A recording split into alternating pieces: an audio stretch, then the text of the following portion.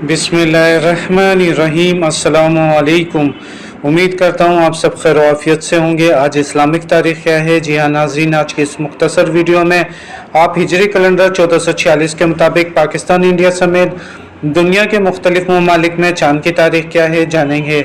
Video में मज़ीद आगे बढ़ने से पहले चैनल को इसी तरह की मालूमाती वीडियोस देखने के लिए सब्सक्राइब कर लें, क्योंकि हमारे चैनल पर चाँद की तारीख़ से मुतालिक वीडियोस अपलोड की जाती हैं। जैसा कि हम सभी जानते हैं कि ये शाबान का मुबारक महीना है, जो कि इस्लामी कैलेंडर के मुताबिक 8वां महीना है।